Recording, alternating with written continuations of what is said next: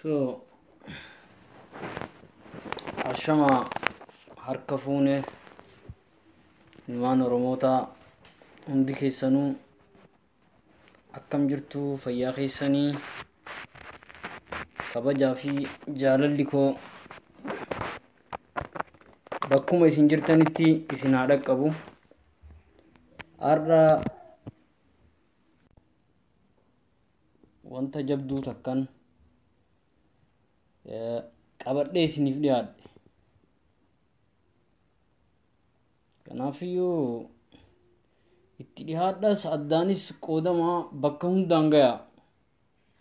Wanti waa'ee ajjeessaa ummata keenyaa kan Harargee ilaalchisee eessarraa kaate qaamni waan kana dalage maali? Eenyu ka jedhu qabatamaan qabadhee isiniif dhiyaadheen jira. Gocha suukanneessaa kana eenyu akka nurra dalage footoo isaa gaditti ilaaluu dandeessan maxxanseen jira. Eessarraa ka'e ammoo ka jedhus waliin ilaalla. Namni yaada keenyuu barbaadanis dhiiras ta'es dubartiis ta'e yaada keessan nu gumaachuu dandeessanii. Tokkoffaa namichi gocha suukanneessaa kana Mayyuu Muluqee ummata keenya kan Harargee irratti raawwatame namicha Hussein Abdii jedhamu footoo isaa kanaan gaditti maxxansee jira. Ammas qabadheen dhiyaadheen jira. Isin garsiisaa. Baga dhuftanii mee hundi keessaniyyuu seenaa. Wanti kun wanta akkaan ijoodhaati. Namni keenya waan kana baruu qaba. Waan ta'eefiyyuu hundi keessaniyyuu seenaadha. Waan kana sheerii walii godhuudhaanis qaama dhimmi ilaalu hundaanuu gayaa isiniin jechuun barbaada. Maaliif namichi kun yeroo ammaa balaa guddoo namni geggeessaa jiru isa. Kaabdi illatti aanee balaa guddoo biyya san keessatti facaasaa jiru. Ka Harargee nagaya dhoorgaa jiru. Ka Affaar nagaya dhoorgaa jiru isa. Yoo yaadattan taate bara 2018 ji'a sadaffaa keessa OMN'nis dabarsamee jira. Mucaa Oromoodha, sabboonaa Oromoodha. Muhammad Maallimaa nama jedhamu nama ajjeesee iddoo Haragurraa jedhamu Raayituu keessatti doolaara moo birrii meeqaan dhangalaasee abdii illeen irraa biteedha. Nama ajjeesee nama ogaadin itti rakkabee. Namichi kuni maqaa komaandii poostii raayyaa ittisa biyyaatiin socho'a. Daala aangoon isaa itti gaafatamaadha. Aangoon inni qabu shihalaqaadha. Inni dhalataa ogaadin. Akkuma jenne baatii 5 dabarte tana keessatti aanaalee gammoojjii aanaa Raayituu Daawwee Sarar Madda Walaabuu Ginnir Sawweena aanaa kana hunda itti gaafatamaa ture. Ilaalaa dubbiin isin yaagaltu. Aanaalee gammoojjii 5 kana hunda itti gaafatamaa magaalaa ture. Komaandii poostiidhaan abbootii qabeenyaa gindirii tana keessatti shaqashaqee hunda isaanii mallaqa irraa guuree korneelticha Tigreedhaa ka isa hoogganu ka godinaa Tasfaayee nama jedhamu wajjiin biyya tana guutuu saamaa ture. Yeroo ummanni rakkoo inni geessaa jiru argee ummanni itti ka'etti immoo ni beeytan gaa tooftaa waayyaneedha namni tokko yoo asitti rakkoo geesse asirraa magaalatti aantutti qayyaran yoo Arsii keessatti inni rakkoo geesse Baaleetti geessan yoo Baaleerraa inni ka'e Harargee geessan kuni wanta beekamaadha ol fuudhanii amma eessa fidan yeroo amma nu jirru kana Awaash Arbaa jira Awaash Arbaa jira ummata Harargee Mayyuu Muluqee irratti namni daaraa godhe isa maqaan inni socho'u maqaa raayyaa ittisa biyyaati afaan inni dubbatu Amaariffaadha inni dhalataa Ogaadin Aadankeer gosa jedhamturraati namichi kuni kana qofaa miti ilaala Awaash Arbaan gama kaaniin Affaariif wallollee ka walitti buusaa jiru isa waan kana qaamni dhimmi ilaalu osoo yeroo itti hin kennine namichoo kana to'annaa jala oolchuun barbaachisaadha yoo ammoo kana hin goone ta'e balaa kanarra jirtu akka geessu beekamaadha yeroo inni ummata kana fixetti guyyaa tokkotti nama 18 inni godina Baalee keessatti inni fixe 2018 ji'a sadaffaadha inni fixe abdii illeen mallaqa itti dhangalaase akkaawuntii sarratti kana hawaasni biyya san jiraatu ragaadha ummanni ammas ardhas ta'ee boris ta'ee ragaa rabbahaa jira namni hundis ni beeka namichoo kana qaama rakkoo kana raawwate kana namni hundi isaa ni beeka kanaafiyyuu qaamni dhimmi ilaalu nagaya biyyattii sanii ammallee ilaala Awaash Arbaan bahiinsa Adaamaa keessaa bahan waan kanaan wal qabatee waan tokko kan ofii kennaa beekuu qabna namni maqaa ba'ootiin nama saamaa jira jedhan nama qawwee qabu namni nama saamaa jiru kuni nama hidhatee deemu qaama kana ta'uun beekamaadha maaliif bakki inni qubatee jiru acheessan laalaa waraana kana keessa ammoo akkuma duraan warri naannoo san jiru himuttuyyuu Ogaadinii fi Tigree qofa waraanni achirratti hidhatee nama bombeessu kuni Ogaadiniif Tigreedha qaama kanaan tadarajja'anii ummata kana nyaatun maqaa raayyaa ittisa biyyaatiin oraaliidhaan socho'aa makiinaa waraanaa tiin socho'aa ummata kana nyaachuun kan duraanii gahaadha ummanni Harargees beekuu qabu waan kana diinni isaanii ka jiru yeroo miila ammaan kana nu jirru kana keessatti diinni ilmaan Oromoo bakki inni jiru yeroo miila amma nu jirru kana Awaash Arbaa kaambii waraanaa achitti argamtu keessa jira Abdii Huseen jedhama footoosaa maxxansinee jirra ammallee deebinee kan isin garsiifnu ta'a irra deddeebinee ni maxxansinaa qaama kana hamma mootummaan naannoo Oromiyaa to'annaa jala hin oolchinetti rakkoon ka itti fufuuta kana isaanis beekuun barbaachisaadha kaleessas dura qeerroon Oromoodhaa hundi isaanii experience qaban muuxannoo qaban akkamitti akka diina firraa ittisan akkamitti akka diina to'atuu danda'an waan ifa galu waan baay'ee argaa jirru muuxannoon isaanii akkam akka nama boonsaa jiru argaa jirra garuu haalli amma xiqqoo socho'aa jiru haala mootummaadhaan wal qabatanii qaama mootummaa fakkeessanii nama fixuu barbaadan kanaafiyyuu ummanni keenya akkuma kaleessa dammaqinnaan ka'esaniin yeroo ammaa kana qaamni nama ajjeese kun ganda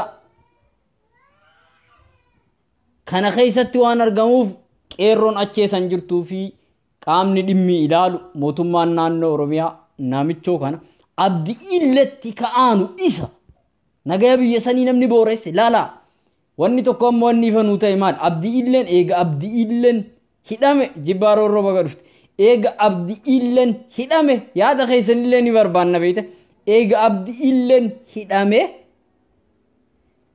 nageenyi biyyattii sanii hagam akka amansiisaa ta'ee fi akka nageenyi buufame argaa turre garuu erga namichi kuni baalee fixee laala baalee nyaataa ture baatii shaniidhaaf maqaa komaandi poositiidhaan magaalaa irratti ramadamee ummata kana xuuxaa ture ummanni inni kaleessa xuuxaa ture suni sanirraa baanan amma ol ka'ee gara awaash arbatti ol seeni gaafa awaash arbatti dhufeen namni inni gaaga'uudhaaf ol ka'ee ummata Harargee ummata Walloo ofii Affaar waliin buusu Adaamaa keessatti nagaya biyyattii jeequu kana waan ta'eef iyyuu ummanni keenya dammaqinnaan ka'ee akkuma kaleessa diina ofirraa kaaseen ammas namichoo kana seeratti dhiheessuu qaba hanga namichi kun seeratti hin dhihaanne Harargeen nagayaan oolte hin bultu kana beekaa amma bakki inni jiru acheessan Baalee keessatti rakkoon inni buuse takka lamaa miti Baalee huduuda irratti yoo ta'e raayitu irratti rakkoon inni uummata irra geesse hangana hin jedhamu gindirra takkasi lubbuu nama meeqaa isaa fi Korneel Tasfaayee namichi jedhamu kan Tigreedha isaan lamaan kun uummata dhiigalmaan Oromoo kan Baalee xuuxanii jiran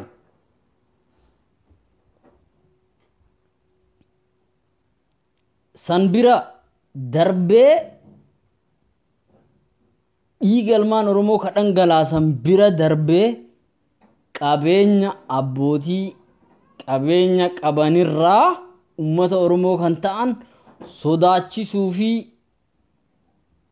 wanta hin fakkaanneen maqaa kumaandi poositiin mallaqa irraa guuraa ture ummanni kun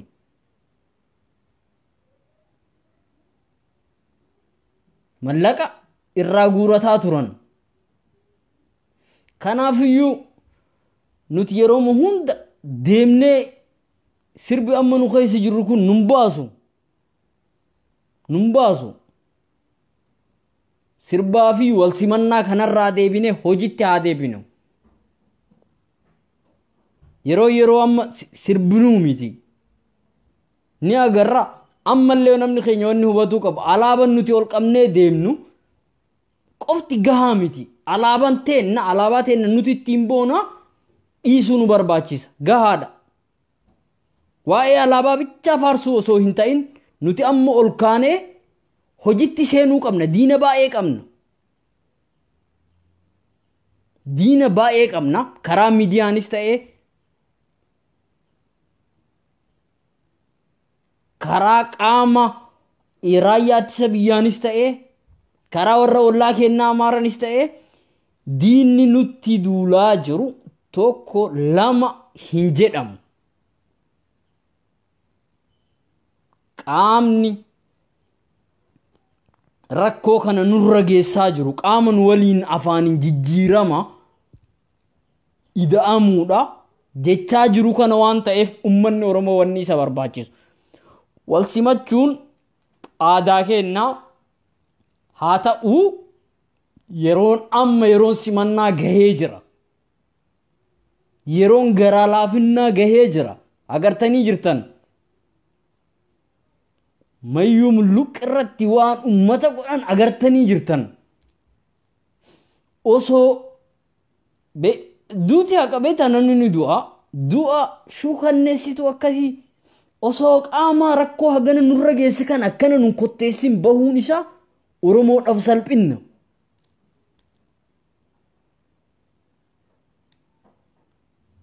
nama ajjeesee ammoo wanni kaambiin itti baqatu kaambii waraanaa taate kana ummanni keenya beekuun isa barbaachisa kaambin namichi kun itti nama kenna fixee inni keessaa itti baqate kaambii waraana waayyaneedha ta'ammas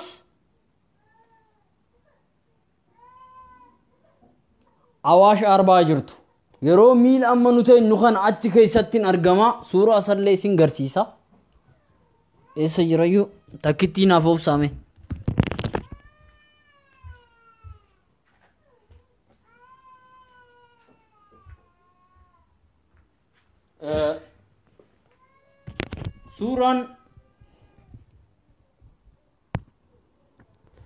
suuraan namichoo sanii suuraa tana laala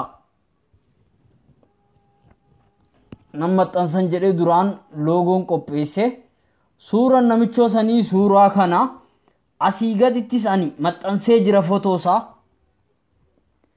warra inni gubbatti mucaan inni gubbatti ajjeese sunis as keessa jira ijoollee inni ajjeese tana arda ijoollee ataamaa taatee haftee jirti sawweena keessatti ijoollee inni abbootii isaanii fixe beeltoo keessatti ijoollee inni abbootii isaanii fixe badii tokkoon ala wante raayyaa ittisa biyyaa wante godhatee inni raayituu keessatti nama 18 fixe arda achirraa ka'ee awaash arbatti argamu daawwee sararitti dhiiga ilmaan oromoo dhangalaasee madda walaabutti dhangalaasee roobetti dhangalaasee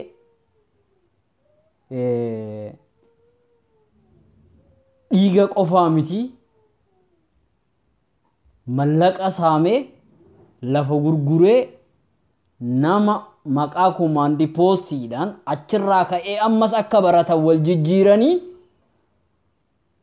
awaash arbaa keessatti argama mayyuu mulluqee irratti waan inni ummata godhe wajjiin argaa jirra waan toora sooshaal miidiyaa irra deemaa jira waan ummata achii qabna ummanni acheesanii ganama galgala dubbataa jiru ni dhageenya kanaafiyyuu ummanni kenna waan kana callisuun isan barbaachisu namichi kun diina kenna ammoo qaamni nurraa oofu hin jiru nutu ofirraa oofa qaamni keenya namni nurraa oofu tokko hin jiru namni ofirraa oofu nuti waan ta'eef nuti namichoo kana seeratti dhiheessinee ummanni achees hin jiru ka'ee yeroo ammaa kana mootummaa kennanii beeytan mootummaan hin dhaabbanne qaamni kun ammoo mootummaa kana jalaan ummata fixaa jira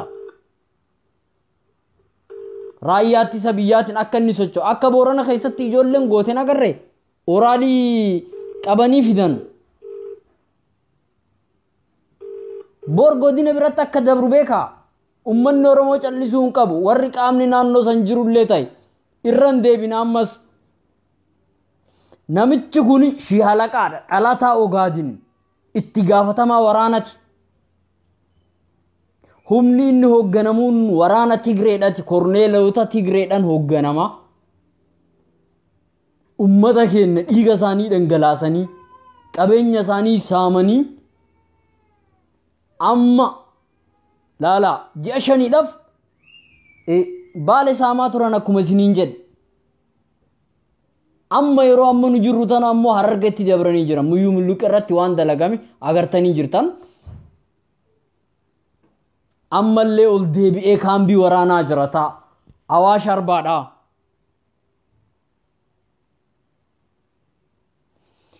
kanaafiyyuu mootummaan naannoo oromiyaalleen qaamni itti gaafatamaa humna waraanaalleen namichoo kana seeratti dhiyeessuu qaba namichoo kana qoratuu qaba kana ammoo ka godhu nuti ummatatu godhu arda harargeedhaa boru wallaggatti dabra borjimmatti dabra beeka harargee har'a eega hagana madeesse jijjiiramuun isaanii mala ni ka'acheessanii gaafa ka'e ammoo namichi kun eessa deema godina oromiyaa ka biraa deema godina amaaraa hin dhaqu beeka tigrallee hin dhaqu beeka bakki itti wal jijjiiran godina oromiyaati kan ammoo akka hin taane nutu godha nuti ilmaan oromootu godha waan ta'eef iyyuu hundi keessan hin callisinaa walii iyyaa bakka jirtanii iyyaatii namichoo kana akka inni eessattiyyuu inni akkanaan ka'ee dhiigalmaan oromoo jiksee hin deemne footoosaa kana maxxansaa qaamni dhimmi ilaalu kun hundi isaatu haa argu qaamni dhimmi ilaalu hundi isaatiyyuu haa argu naannoo hundarrattiyyuu diina ta'uusaan haa beekamu waan ta'eefiyyuu hundi keessan hin callisinaati footoo kana sheerii waliif godhaa ani poostii tiyyata gadirratti gadhiiseen ture yeroo dheeraadhaaf barbaadaan turre dhibbaan dhibbatti rakkoo kana inni geessu qabatamaan irra gayamee jira qaama inni ajjeese reeffa ilma oromoodhaa ka inni gurgure kana hunda isaatiyyuu ummanni oromoo beekuu qabaa 2018 yookaan akka biyyatti 2009 akka biyyatti gadaannessa seenaa ta'ee hafee jira gaafa ilma oromoodhaa sabboonaa mucaa ija barbadaa Muhammad Maallimaa inni ajjeesisiisee maqaa komaandi poostiidhaan inni abdii illee irratti haragurraa wajjin gurgurate seenarratti barrooftee jirti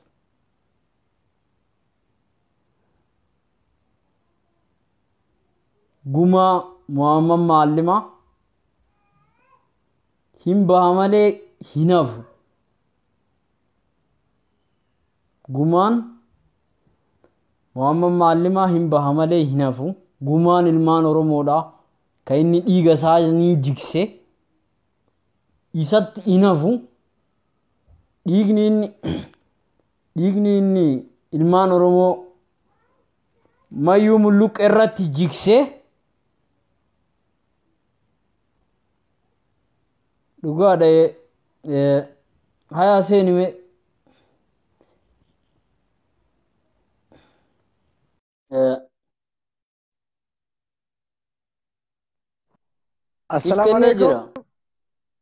Assalamualaikum.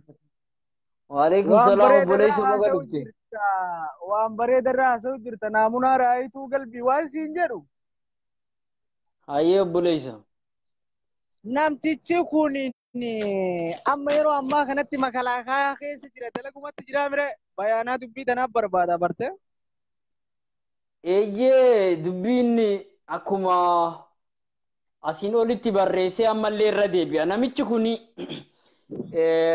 2018 ji'a sadaffarraa qabee haga 2018 ji'a jahaffatti aanaa raayituu daawwee sarar madda walaabuu sawweena gindir aanaa shanii gammoojjii kanarratti ummata xuuxaa ture itti gaafatamaa komaandi poostii aanaa kanaa ture dhalataa sallahaadii abdii Hussein Abdii jedhama aangoon isaa shiyalaqaadha qaamni inni kun warra sallahaati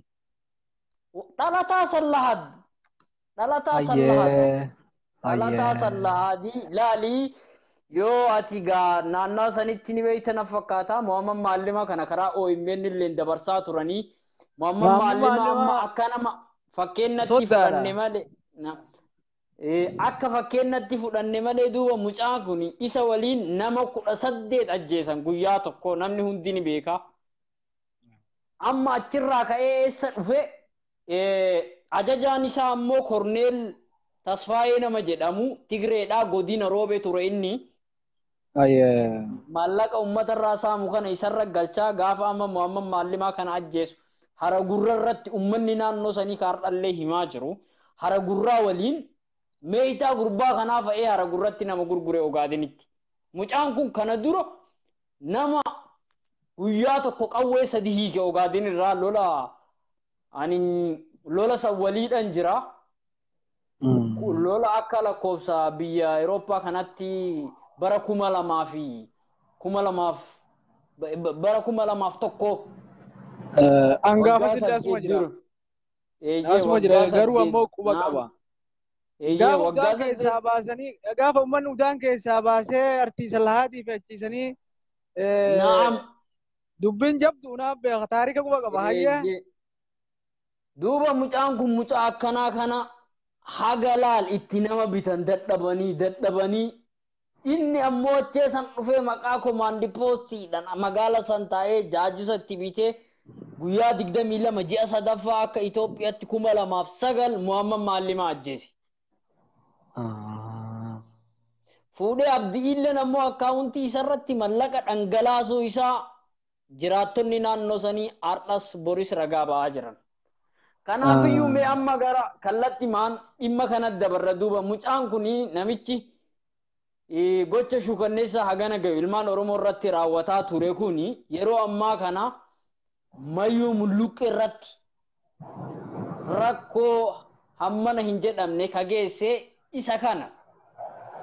Armaan gaditti Facebook kana jalatti namni hundis irra deddeebina beektii akka namni hundiyyuu dhaga'u. Sirri.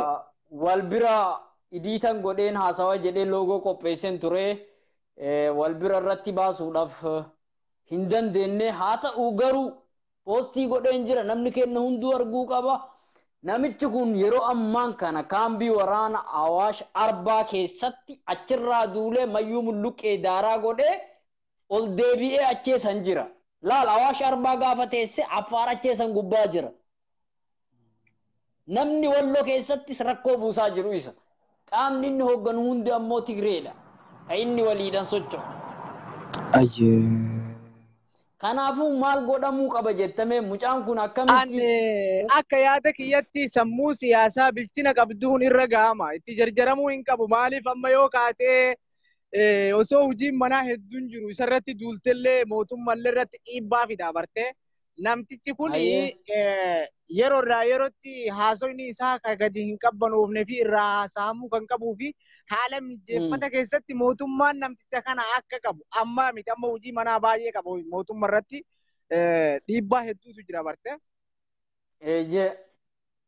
Ammaan tana ammoo tinuu dhaqanii qabuu qaban dirqama firditti dhiyeessu jechaallee xiqqoo amma gaafa abdii illee bakka sanii kaasanillee wantoota hanga saamameef waan hedduu waan dhadhaame maraa quba qabda waan ta'eefuu yeroodhaaf hojii manaa hedduu waan qabaniif jarri kun haa hojii manaa kanaatiin baatii 2-3 keessa barjara kana waan waliin dalaynu takkaratti ennee gujjirraa beekigaa manni kennaa mire. Beekamaadha. Hai jijjiiramni dhufe kun kenna dhugaadha dirqamallee nurra jira. Dirqama jechuudha. Amma hojii manaa ittiin baay'ifnu amma yoo Harargeen faanti lammaan faan maa nu callifte abiyyiin faan maa nu callifte yeroo jettu uummanummaan gowwaan akkanaa kun eessaa dhufee jedha. Maaliifi beekaniiti hojii manaa baay'eetu jira. Waa meeqa kasanirra badaa kabadutu jira yeroo sanii. Namticha kana eega ammoo marrajaan irra geenne yoomiyyuu inni jechuun ka hidhamu ta'uu qabatama beekati naasseema. Ajandaa godhanna. Egaa haga kana keessatti uummata fixuudhaaf deemaa jira laali.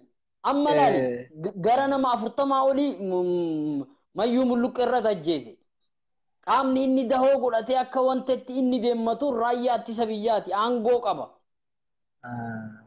Abbaa fedhe ajaja.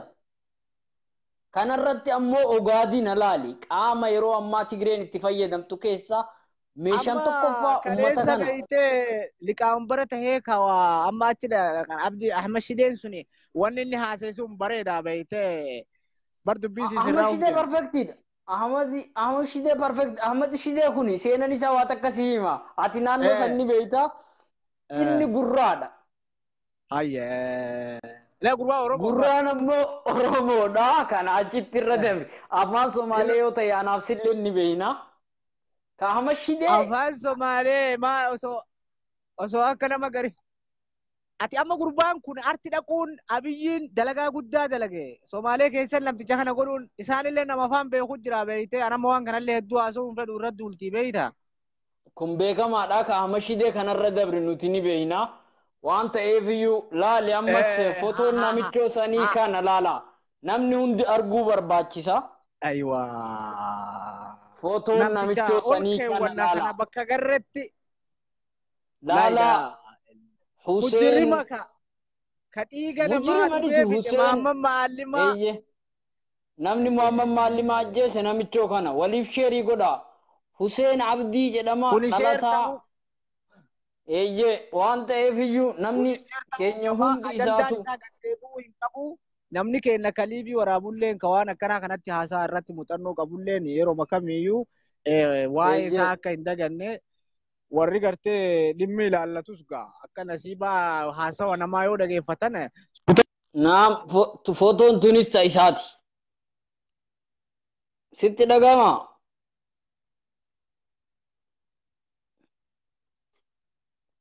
Sirraa citee natti fakkaata. Narraan cinne miskiinaatu na bilbilee bare imoo takkaan dirqimna godhee beeytaa osoo haasa'u jiru. Fotoon tunis ta isaati ilaali. Yeroo ammaa kana hawaas arbatti argamaa maal dhaamtaf mee qeerroo naannoo san jiruu fi ummata Harargeetii fi akkasumas ummata naannoo san jirtu qeerroon naannoo amma Awaasan jirtu yeroo ammaa kanatti akka yaa'ii hin goone tasgabbiin barbaachisaadha. Yeroo ammaa kanatti nama keenya ka du'ellee ifaajee keenya ka asii dura gartee nama nurra deemu. Fotoon tunis ta isaati.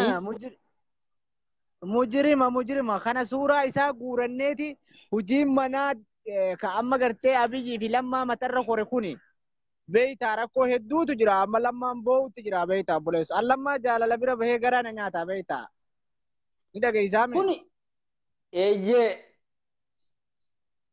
wallahi jaalala qofa osoo hin taane marartii nama mara maaliif bakka jechuun Oromoon tuni akka tokkoomtu irratti garaan isaa qulqullaa'ee deema.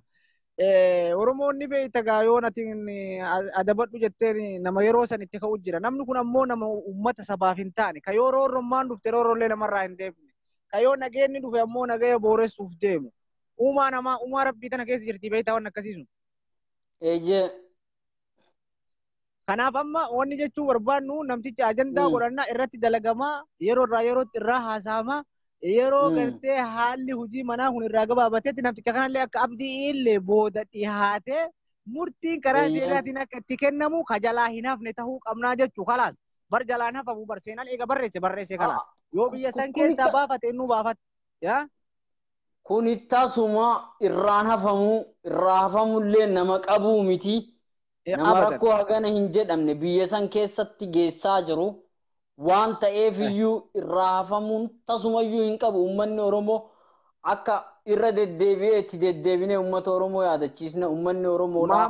Namni kun umrii hanga inni gartee qabsoo godhate hanga xiqqaa malee goota jennaan goota haftee hin qabne nama gartee akka godina Baaleetti nu lakkaa'amu keessaa tokko beeytee boleessa kiyya. Tokkoffaa ija uummata Raqamuwaahiti dhiira gartee meeshaa hin abdanne dhiira onnee isaa qofattuu amantii qabdu dhiira Somaaleen ogaatiin yeroo isa Maamman Maallimaatu magaalaa gindirtana jira jennaan barre ogaatiin gabaan dhaqatuu bar obboleessoo dhaqatuu bar. Fayyaa ta'i ani ammallee irra deebi'a. Naaf inni warri beeku ni beekaa warri amma karaa miidiyaa kanaan taa'ee nu laalu mucaan kun naaf inni ijoollee ganda tokkooti ammas akkasuma garagalee lola inni hirmaate keessatti yeroo baay'ee wajjin deeme hanqaamanii yeroo sadiillee ta'u lola Haraguraa kanarratti ganama tokko nama qawwee sadii keessiin jedhe nama ganni gaa diina inni karaa sanirra dabarsaa ture amma waahilli isaa kaafee ka akka ijatti namicho Hayilee jedhamu Kaajjees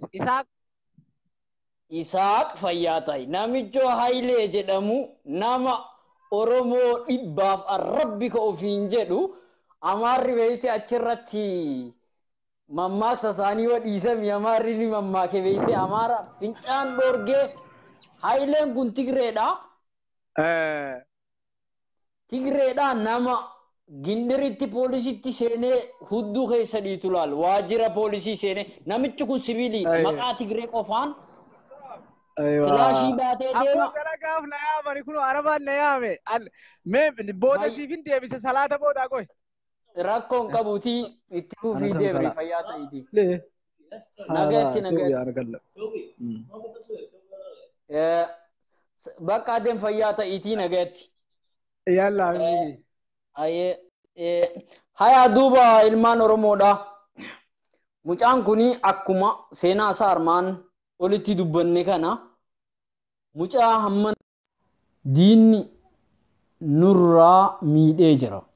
Diinni nurraa miidhe kun ammoo isa qofaa miti daa'ima miidhe ijoollee isaa rakkoo keessatti hambise ilmaan Oromoodhaa kan naannoo san jiru hundayyuu gaddaa fi gadadoo keessa galche abbootii qabeenya saamaa ture raayituu keessatti sawweena keessatti madda walaabuu keessatti beelto keessatti ginnir keessatti roobe keessatti dhiiga namaa jigsaa ture qabeenya saamaa ture amma immoo achirraa ka'ee yeroo ummanni argee kuloo qaamni namichoo kanaa isa wajjiin hiriiru baay'eedha ka irraa boodaa ka isaan dheengadda goobbarratti waan dalagan hundi keessan argitanii jirtan yeroo isaan goobbarratti ummata xiyyiitiin dhahanii mucaa Oromoo ajjeesan ka ajjeesanitti hafe namichoo dajan jedhanii ummanni irraa booyaa ture hiriyoota jara kanaati warra qaama ummata kana waliin waasaamu kana namichi kun kanaafiyyuu nama akkanaa yeroo itti kennuun hin barbaachisu ummata kana saamanii hogguu irraa bahan achi utaalanii ardarbaa awaash arbaa jiran ummata Harargee irra rakkoo geessaa jiran ummata Oromoo walloo irratti rakkoo geessaa jiran nagaya Adaamaa naannee nagaya magaala Adaamaa booressaa jiran warri har'a maqaa abootiin socho warri maqaa raayyaa ittisa biyyaatiin ummata saamaa jiru qaama TPLF fiidhan hidhate ammallee hin hiikanne waa xaragan jedhanii mi hin xaragamne kana xaraguudhaaf baay'eetu noofa ummanni sun achi keessatti argame yeroo ammaa kana saniifiyyuu qaama kana akkam goona teennee laallee falli nuu dhufu jiraa nuti ummanni kennoo akkamiin dammaquu qaba karaa nagayaatiin karaa osoo rakkoon tokko hin geenneen akka abdii illee sanirratti to'annaa jala oolchamuun irratti dalagamuun barbaachisaadha. Mootummaan naannoo Oromiyaa waan kana beekee xiyyeeffannaa itti kennee irratti dalaguun barbaachisaadha. Namichi kun Abdii Hussein Abdii jedhama ammallee irra deddeebina ni maxxansina footoo isaas wal jalaa fuudhaa maxxansa asee tanaa gadi jira Facebook kana jala waliif sheerii godhaa. Hamma inni seeratti hin dhiyaannetti biyyi seenna ammas nagayaan argattu. Mootummaa yoo kana kan ammoo hin goone taate duraaniyyuu qaamni aarsaa kafale qaamni experience qabu qeerroodha muuxannoo namni qabu qeerroodha qeerrittiidha ummanni kun to'annaa jala oolchuu qaba namichoo kana waa isinitti himnaa ni beeknaa warra kaleessa of dhaadaa ture warra kaleessa bombii darbaa ture namoonni tokko akka koomitti kaasanillee akkasitti hudduu isaa ol deebisanii biyyee nyaachisuudha kana yoon ta'in namarraa waan hin hafneef nama miidhuu miti nama miidhuudha warra gammaduum nuti hundi keenya ni beekna garuu osootti callisnee waan shanshamanni irratti ummata walii qabame san adhallee nu ijjiteenne mimmaan osoo jarri sun callistee namichoo san biyyee nyaachisuu baatte ijji teenya ammas taanan imimmaan ture ummata akkasi bahee Jowaar Mohammad simachuudhaaf gabba'e san osoo namichi bombii baatee deemu suni to'annaa qeerroo jala ooluu baatee nu ijji kenna imimmaan kanallee beekaa warri tokko social media irratti okay invite siif godha okay warri tokko achirratti ol bahee kana jechaa ture okay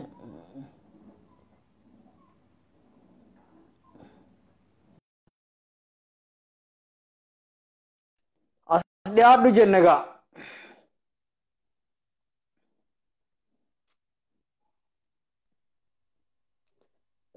siif kennee jira buleessa koo ispoortii addunyaa abogaa ol bahigaa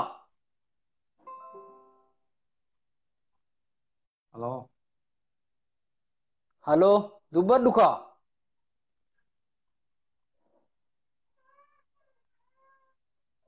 hello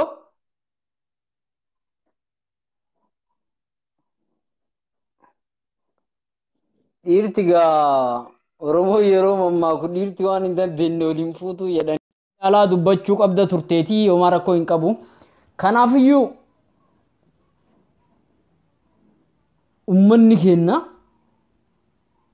kana beekuu nu barbaachisa yeroo hunda garaa laafinnaa miti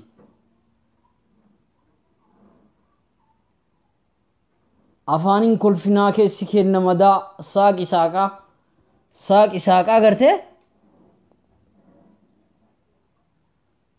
kana kanurraa eegamu itti mudduu qabna osoo itti mudduu baanne har'a muummichi ministeera kenna doktorri kabajaa Lammaa Magarsaa har'a silaa kursii san qabatee namni nagaan hin taa'u oppidiyoon tama kaleessati beekatama waa'een hin hudduu kettumaa turte isii san har'a qeerroon itti muddee kakana fide yoo har'allee isaan qaama nama ficcisiisu kana qaama ummata keenya ficcisiisaa jiru kana isaan yeroo itti kennanii haala mijeessaniif ta'e ummanni keenya qaama kana ofirraa deebisuudhaaf qophii ta'uu isaan beeksifna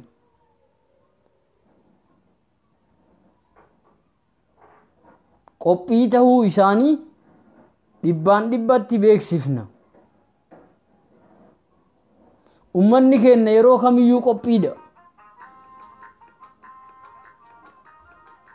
ummanni keenya yeroo kamiyyuu diina ofirraa deebisuudhaaf qeerroon qophiidha ummata osoo hin hidhatin ummata qalamaa fi qalama qofaan waayyanee harka kennachiise waan ta'eef iyyuu ajjeessan har'a mayyuu mulluqee irratti ta'ame kuni ajjeessa Oromoo guutuuti Harargee qofaa miti kanaaf iyyuu godinaaleen Oromiyaa hundi keessaniyyuu haga ana dhuftu hin eeginaa injifannoolee ammaa kana waan fidanii beeytan tokkummaa kennatu fide yeroo Harargee dhahan Baalee lolaa turte yeroo Baalee dhawan Gincii lolte Amboo lolte Wallaggaan lole beeyte Naqamte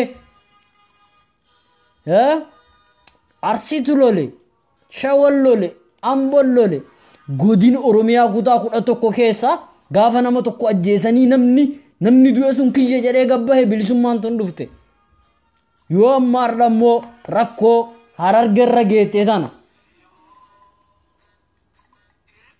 rakkoo ummanni kun birgeeddii tokko baran bana qaamni nagaya biyya tana guutuu booressaa jiru birgeeddii waraanaa takkittiidha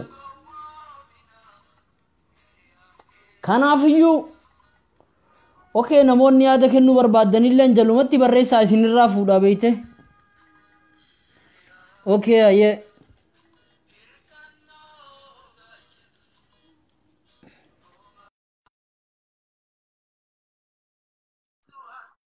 welcome.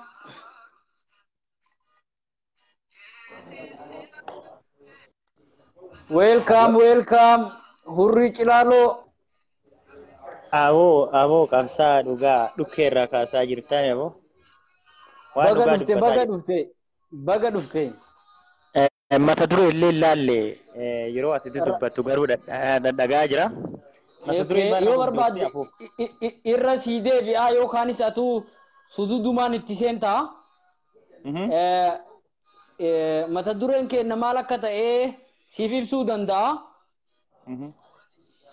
Waa'ee ajjeessaa baatii 5 dura darbee fi akkasuma mayyuu mulluqqeetiin wal qabatee Harargee keessatti qaamni ajjeessaa kana geeggeesse qabatamaan irra geennee footoo isaa maxxansinee eenyu akka isa duuba jiru waan kana hunda qorannee lafa kennee dhufne beeyta. Namichi kuni akkuma armaan dura dubbannetti guyyaa 22 ji'a sadaffaa 2009 akka Itoophiyaatti raayituu keessatti nama 18 fixee mucaa Muhammad Ma'allimaa jedhamu qabsaawaa Oromoodha.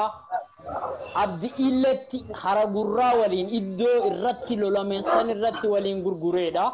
Gimmil keessatti akkas dhiiga ilmaan Oromoo buusaa ture. Madda walaaburratti akkasi daawwee sararratti akkasi sawweena keessatti beelto keessatti akkasi roobe keessattis namichoo dajan jedhamu kaakalee anaafsi viidiyoo irra waraabaa turre qaama kanarraa nama tokko goobbarratti ummata rakkoo kana buuse gaafa ummanni hundi argee itti ka'e achirraa jijjiiranii Awaash Arbaa gale. Kaambii waraana Awaash Arbaa keessa jira yeroo ammaa kana. Achirraa ka'ee namichi kuni mayyuu mulluqqee irratti uummata fixee namichi kun dhalataa Ugaadi wanna ati beekuu qabdu. Huseen Abdii jedhama. Aangoon isaa shiyalaqaadha. Waraanni inni ajaju kumaandi poostidha. Yeroo ammaa kana Awaash Arbatti argama mayyuu mulluqqee irratti uummata daaraa godhee ammas kaambitti deebi'ee akkasuma Affaar keessan afaan Somaalee dubbataa ammas uummata Oromoo walloodha miidhaa jira. Maddeen tokko kanuma irratti dabalanii Adaamaa Nagayaa fi Nagaya magaalaa Adaamaa maqaa aba'oo kanaan wal qabatee nama booressaa jiru keessaa inni nama tokko jedhama. Mee maal jette namichoo kana akkamiin qaamatti dhiyeessuu danda'an nama kana maal godhan jettati? Aboo jechi kan kee wanna hundaayyuu mata dureen tante naa galtee jirti gara dubbii ijootitti yeroo deebi'u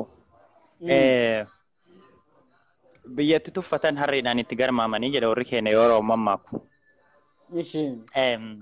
Qabsoo kana jalqabarraa jalqabeeti qeerroon bakka kanaan gahe. Qeerroon makalaakaa illee yookaan hoomaa waraanaa illee hin bilisoomse jechuudha. Qeerroon ektiraa illee ni bilisoomse. Sigaltee makalaakaa kana keessa yeroo seente duraan dursee makalaakayaan warroota Oromoo ta'e achi keessatti sareedha. Poolisii federaalaa keessatti namni Oromoo ta'e sareedha. Humna hin qabu waan takkatti dubbachuu hin danda'u. Makalaakaa keessatti illee hoomaa waraana ta'eef odoo hin ta'in ijoollee Oromoodha. Akkasumas yeroo maaraga yookaan adda addaa kennuuf fedhaftan gadi qabanii kaan hidhat darbanii kaan ajjeesanii dhussaniiti shira irratti xaxanii ijoolleen teenya kan makalaakaa keessa jirtullee rakkoo cimaa argaa turte jechuudha. Kaawwan ammoo akka gara Oromiyaadhaa hin seenne Eertiraa daangaa Eertiraa irratti eegaa turanii. Daangaan Eertiraallee bilisoomee ilmaan Oromoolee kan Eertiraa jiran kan daangaa san jiran gara Oromiyaadhaa seenanii jiranii jechuudha. Akka duraanii kan dhooggan tokkollee hin jiru jechuudha. Haa ta'u malee karatti qabamaa maalillee hin jiru itti fufi. Agartee Oromoon yeroo ammaa kana qeerroon makalaakaa ijoollee Oromoo achi keessa jirtullee amaartota illee hundaayyuu bilisa baasee jira jechuudha. Amma waa tokko amma waa tokko keessatti akka qeerroo tokkootti yoo xiinxalle yoo jenne. Duraan dursee makalaakaa keessatti ijoolleen teennata makalaakaa keessa jirtu silaa akka durii dhiibbaan hin jiru yookaan miidhaan irraan geessanii yookaan hojiirraan ari'anii ka jedhu tokkollee hin jiru. Namni ammoo hoomaa waraanaa ta'e saba ofiitiif hin yaanne maatii ofiitiif hin yaanne agartee waraanaayyuu miti jedha. Naa deebi'ee ammoo federaal poolisii keessatti namni Oromoo ta'ee saba ofiitiif hin rifanne namni Oromoo ta'eeti saba ofiitiif hin dhukkuffanne namtichi suniin harreenullee yoo shimalaan oofan be'inuma deemtisi galti gogaa harreedhaan uffanne jechuudha saba isaati kadhumaa jiru bakka hundatti. Kanaafuu viidiyoo keenya kana keessattuu poolisii federaalaa yookaan makalaakaa keessattuu yookaan ijoolleen teenyataa Oromoo taate daninnatii keessa jirtu waan kana sirriitti qalbeeffachuun dirqama. Haa ta'u malee Oromoo ta'ee garuu akka nama ta'e saawwaniin garaagarummaan nu akka ittiin garaagarummaan waayyaan nuuf garaagarummaan kenna jechuudha. Arraba yoo fudhatte ittiin dhandhamuu fi ilkaan yoo fudhatte ittiin alanshuu fi gurra yoo ta'e ittiin dhaga'uu fi mataa yoo ta'e ittiin yaaduu fi akka seera saayinsiitti kutaa jihatti buushanitti barate waa'ee saayinsii kanarratti namni mataa qabu namni gurra qabu waan hundaayyuu ijaan argaallee ilaalaa jira jechuudha. Ijoolleen teenyata makalaakaa keessa jirtu namticha kana yeroo bakka hundatti ijoollee teenna fixani yeroo bakka hundatti dhiinni obboleeyyan isaanii dhiinni haadha isaanii dhiinni obboleettii isaa yoo dhangala'u bakka hundatti kun ittiin dhagahamu jedheellee hin yaadu ana qofattiin kan dhagahamu akkuma yaadu kanatti yaadullee danda'an. Yeroo ammaa kanatti Harargee daangaa Harargee irratti deebi'ee daangaa Oromoo Gujii Booranaa irratti Oromiyaa keessatti kuwwan nagaan jiraatanii sabaaf sablammoonni Oromoo bichaadha dhiinni keenya akka sareeti sigalte dhiinni keenya akka sareeti bakka hundatti dhangalaa bakka hundatti nyaatamaa jirra jechuudha. Kanaafuu waan amma ka jedhu akkuma tiyyeetti shiraa dheengadda Awaash Adaamatti biyya isaanii keessatti Somaaliitti illee tumamanii dhufanii achi as deebi'anii Adaamarratti shiraa irratti xaxanii uummata keenya itti mari'atanii halkan guutuu itti mari'atanii halkaniif guyyaa guutuu itti mari'atanii qottoo qoncora eeboo qabatanii itti seenanii uummata keenya betakirsaana diiguu hedda jedhanii amantiidhaan walitti buusuudhaaf wanti isaan hin dalanne tokko hin jiru jechuudha. Shira irratti xaxanii nama tokko moo lama sadii ajjeesanii nama 29 madeessanii jedhanii jechuudha. Waan tokko ka qalbi amma yoo poolisiin Oromiyaadhaa dhattee yoo betakirsaana ilaaltu indoon betakirsaana san ka eegaa ture ijoollee musliimotaa sanii jechuudha. Akka hin tuqamne wanti kun jedhanii eegaa turanii yeroo poolisiin illee bira dhaqu poolisiin illee kun ragaa bahee jira. Lakki betakirsaana hin tuqamne hin sobanii akkanumaan sabaaf saba walitti buusuudhaaf warroota shira xaxe malee betakirsaanillee yoo dhannee ilaallu natsaadha jedhee miidiyaa Oromiyaa OMN fi akkasumas OBN illee mul'isee jira jechuudha betakirsaani. Kuni maali biyya isaanii keessa deemaa ji'a afur bichaa isinii kennan akkasiin qobattan jedhaniiti biyya isaanii biyya abbaa isaanii keessa isaanuu minjaariif toglateedha feetti beeka bakka san jiru minjaar wayin kun toglateedha. Deemaa jedhanii jarri kunniin kaachi boqate biyya abbaa isaa biyya haadhaa isaa lafa isaa irra boqate. Kaara gubbarra tadarajanii inna ummanni Oromoodha yeroo san agaaziin nama tumaa jedha agaaziin nama ajjeesaa jedha amma agaaziin illee Oromoo taatee jirti hundinuu si galte of baranii jiranii wanti hundinuu kanaafuu ummanni keenya keessattuu poolisiin Oromiyaa akkasumas ummanni Oromoodha naannoo Adaamaadhaa jiru kun hundinuu ummata keenya kan dhumaa jiru kanaaf hatantamaan birmataniiti bakka isaan dadhabanitti isaan wajjii humna ta'aniiti isaan wajjii hojjechuun dirqamata ammas ammoo deebi'eeti bakka ati nagaafatte irratti yeroo waa'ee namticha amma reefi nama ajjeesee kunoo daangaa Arsii Baalee gara naannoo Sawweenaa yookaan kanarratti illee uummata keenya ajjeesee deebi'eeti Awaash Arba irratti jijjiiramee makalaakaa agaazee keessatti ajajaadha jette yaa okay waan tokko dhagaye agaazeen amma durii achitti uummata fixaa jiru suni ijoolleen Oromoo illee keessa jirti haa ta'u malee ijoolleen agaazee illee ijoolleen sabaaf sablammoonni baay'eetu keessa jira namticha kana aboo mormadhaanii achumattuu yookaan affanuu ni dandeetti jechuudha ijoolleen teenya nama akkanatti fixe kana kanaafuu dhaamsi nuti haadhallee borullee saba keenyaaf kan dabarsuu qabnu keessattuu uummata Oromootiin namni habashaa ta'ee namni hoomaa waraanaa keessa illee jirtu Oromoo Oromoodhaa taatee ani Itoophiyaa ofiin jettee Itoophiyaa kan keessa mubbaadhattee deemtuun Itoophiyaa yoo ani Itoophiyaa taate yoo ufitti amantee waati Itoophiyaa taate malee Itoophiyaan illee hin jiru saba kan kee ajjeesaa maatii kan kee ajjeesaa ilmaan Oromoodhaan lafarra duguugaa Itoophiyaan ati jettee deemtu tokko illee hin jiru yeroo sabni kan kee ajjeechaan irraa dhaabbatee yeroo sabni kan kee hundinuu agartee ajjeechaan isaa irraa dhaabbate Itoophiyaan ni jiraatti. Saba kan keessan Itoophiyaan. Haa ta'u malee garuu annama Oromoo ta'eeti saba ofiitiif hinnaan hin jiru. Gafarsa yookaan horii bosona jiru tokko mee olaalte viidiyoo isaa waan akkasiisan inni ilaaluu baay'isee jaalladha. Maal godhaa horiin saawwan kunniin leencatu itti dhufa. Leenci itti dhufee nyaachuudhaaf ta'a. Yeroo nyaachuudhaaf ta'u walitti tuulamaniiti gurmuudha yeroo leencatti itti deeman leenci ol ka'ee biraa dheessa. Beeka leenca jechuun bineensota keessaa nama cimaadha. Uummanni Oromoodha yeroo gamtaadha ijaarramee yeroo uummanni Oromoodha akkasumas poolisii Oromiyaatiif akkasumas ijoolleen teenne bakka tokkotti yeroo ijaarramanii uummata ofiitiif naani wanti nu injifanne tokko illee hin jiru. Waan kanaafuu namticha kana akkasumas hoomaa waraanaa Awaash Malkaa jirani. Keessattuu humna darbatamaan jechuu kiyya makalaakaa keessa kan hoomaa waraanaa keessa kan jirtu ijoolleen teenne baay'eetu naannoo san jira. Isinitti dhagaamuu qaba namticha kana ajajaadha jettee sodaachuu hin qabdu. Ajajaa dhiisiiti maalidhaaf namticha ajajaa hoomaa waraanaa kaniin ili eenyu Saaraa moo eenyu moo Saaraa kan jedhan maaliif abiyyiin illee hin ta'in sodaachuu odoo hin ta'in Samooraan badde dhiisisin dulloomte badde isa odoo hin ta'in innam kan godhuu qaba abiyyiin maan ta'in waa'ee saba kan kee irratti qaldiin hin jiru waa'ee saba kan kee irratti qaldiin hin jiru innaa kana waan ta'eef hatantamaa waan kanaa hojiirra oolchuu qaban namticha sanillee kashira ta'e ilmaan Oromoodha ajjeesu bakka hundatti namtichi Somaalee suni makalaakaan Oromoo yookaan hoomaa waraanaa Awaash arbaa jiru sun hatantamaa waan kana axxaarraanii irra morma isaa fudhanii mukatti naqanii gamtaadhaan waliin dubbattee ijoolleen makalaakaadhaa kaampii san keessa jiran mukatti naqanii fudhaniiti waa'ee saba isaanii irra qalbiin hin jiru. Makalaakaa yookaan hoomaa waraanaa jechuun qoraani. Qoraan bakkuma argite yoo biddatti qabde ni boba'aa miti. Homaa wanti sodaattu tokko illee hin jiru jechuudha. Qoraan akkuma argite saba kan keetiif du'i saba kan keetiif gaafadhu. Gaafii gaafadhu homaa akkasii godhan tokko illee hin jiru.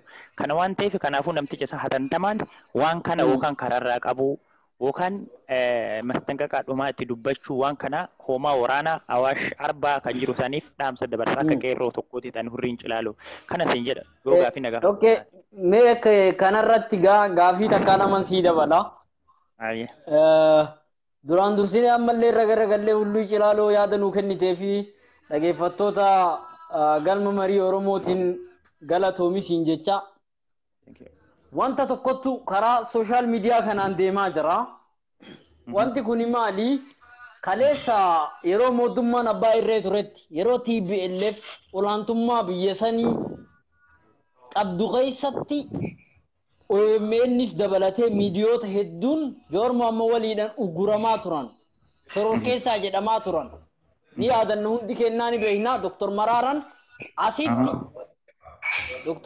asitti kuloo Muunik mooshinii tanatti footoon waliin ka'uudhaaf qofa manni irratti yeroo meeqa gubame shororkeessitoota wajjiin taa'ee jedhanii yeroo kana godhanitti yeroo muummichi ministeeraa jijjiirama dhufe kana keessatti gocha shororkeessummaa san hunda kaasee miidiyaan shororkeessaa jedhan hunda isaatu dabalatee kaasee biyyatti inni galche yeggummoo miidiyaan kun miidiyummaan kaleessa shororkeessummaa jalaa baasan har'a tokkoffarratti dhimma ogaadiin fudhatee ajandaa godhatee irratti hojjetaa jira.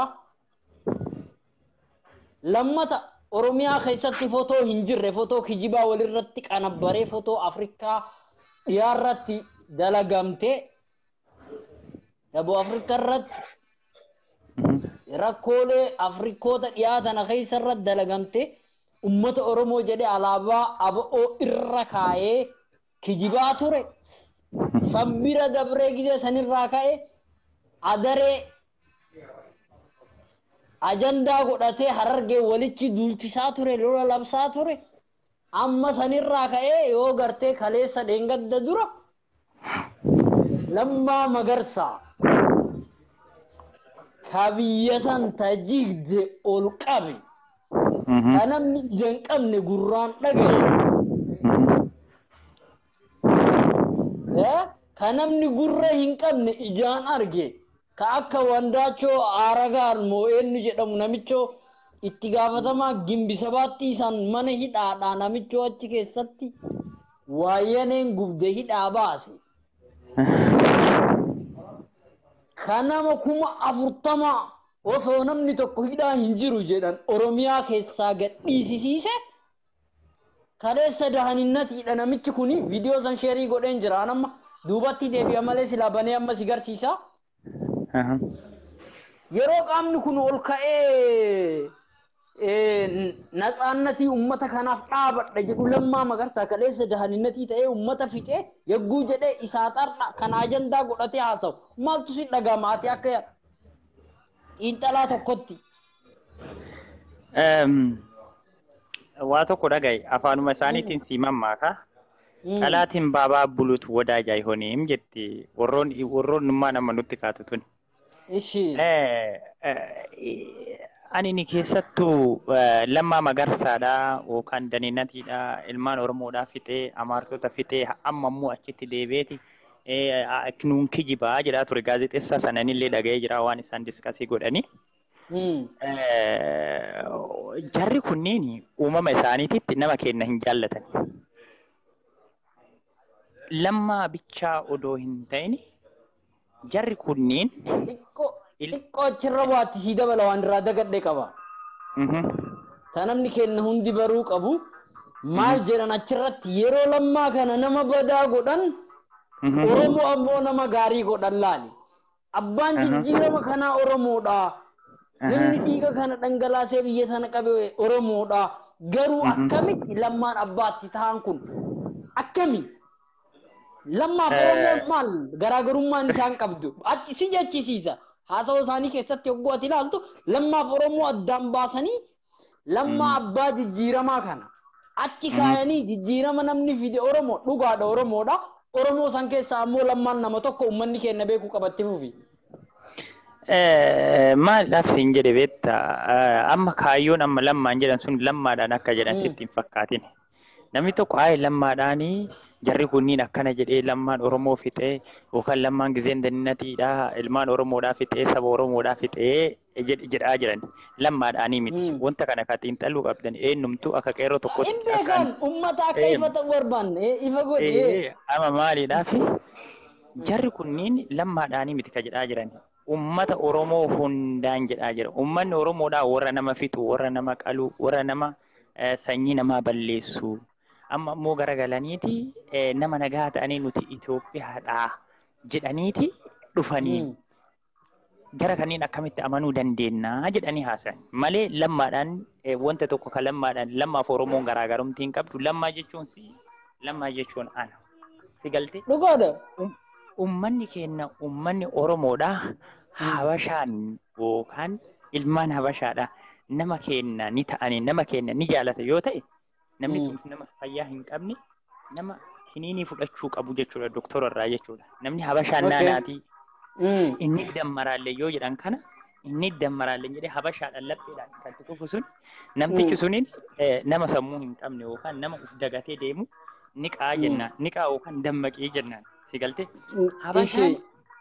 Habashaan obboleessa ofii maal gooti beektaa warri Amaaraa tun obboleessa ofii qottoodhaan mummuraniiti yookaan faasiidhaan kukkutaniiti madaabaratti naqanii warra dhosu jarri kunniin jechuudha. Si'i alagaa kana dhiisiti. Isaan biyya qaban tokkoffaa qabsaa'onni Oromoollee akkasumas ilmaan Oromoollee kan nu beekuu qabu borullee Amaarri biyya qabdi biyya ofiitti galti. Habashti amma fakkeenyaaf jeneraalota Tigiroota kanneen yeroo fudhatte Finfinnee irratti uummata keenya fixaa turanii Oromiyaa irratti uummata keenya fixaa turanii waa'ee maastar pilaanii irratti likkinnaas gabbaachuwaallee jedhan. Haa ta'u malee isaan amma dheessaniiti qeerroon dhukkee irraa kaafna isaan dheessanii sagalan maqalee galanii maqalee jiraataa jiran. Tokko namni inkijiban halkan eejiitti amma jarri hundi dheessaniiti amma eessa dhaqanii maqaleetti galanii achi ta'anii bookkisanii jechuudha. Oromoon biyya hin qabnu biyyatti dheessinu qaf tokkollee hin qabnu. Habashaanillee biyyuma keenya saamuudhaaf dhufti malee saba keenyaaf yaaddee yookaan tokkummaa sanii yaaddeetii miti. Lammaa Magarsaa jechuun nama tokkummaa jedheeti biyyattii tana labseeti akka ilmaan Oromootiif akka diinni walitti hin buune biyyattii tana kaarra gaga'e tokkoffaan isa kan beekuu qabdu. Habashaanillee Oromoonillee nama kan qotiyyoo abbaan gaafa cabse ormi ija balleessaa jedhan beekaa keenya yeroo nuti irratti duulle kan waan gaarii hojjete yeroo irratti duulle burullee hadhallee kuni wallaalummaadha. Lamma magarsa adii miti jarri kunniin kan jettu nuuni jedhaan gara kiyyaan leenca. Kuni leenca abbaan fedhe jaalatee jibbee kuni leenca eegee hin qabne malee lammaan silaa leenca. Kanarratti aansee waan tokko sii dabalaan. Biyya Itoophiyaa jedhamtu sana keessatti dhaloota keenya duras ta'ee erga nu dhalannee hammana geennes dirree waraanaa ganamaa galgala Oromiyaadha.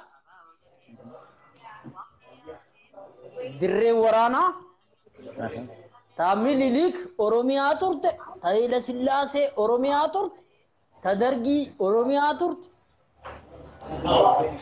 Tamallas Oromiyaa turte, Tahayila Maaram Oromiyaa turte.